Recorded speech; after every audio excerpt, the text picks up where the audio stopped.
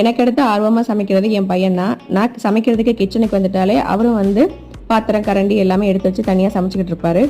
இன்னைக்கு நம்ம ஒரு கிரேவி ரெசிபி தான் பார்க்க போகிறோம். இந்த மொச்சப்பயிரை மட்டும் நம்ம டக்குன்னு உரிச்சிட முடியாது, ரொம்ப நேரம் ஆகும். அதை வச்சு ஒரு சூப்பரான கிரேவி எப்படி பண்ணலாங்கிறத பார்த்துடலாமா?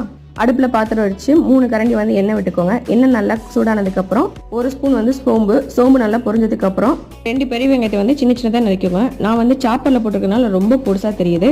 4 தக்காளி இதையும் போட்டு நல்லா வதங்கினதுக்கப்புறம் மொச்சப்பயிரையும் போட்டு 2 வதக்கி விடுங்க. அரைப்புக்கு வந்து பார்த்தீங்கன்னா தேங்காய், இஞ்சி, பூண்டு, தக்காளி, சின்ன வெங்காயம் இதை போட்டு நல்லா மையாக அரைச்சு அதையும் வந்து சேர்த்துக்கோங்க.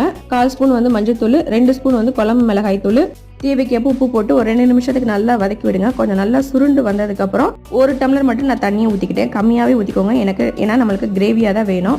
ஒரு 5 விசில் விட்டு வந்து ஆஃப் பண்ணிடுங்க. அதுக்கப்புறம் கொத்தமல்லி கருவேப்பிலை வந்து தூவிக்கோங்க. இந்த ரெசிபி வந்து ரைஸ், சப்பாத்தி எல்லாத்துக்குமே சூப்பராக இருக்கும். கண்டிப்பாக வீட்டில் ட்ரை பண்ணி பார்த்துட்டு எப்படி இருக்குன்னு சொல்லுங்கள். நெக்ஸ்ட் விளாக்ல சந்திக்கலாம்.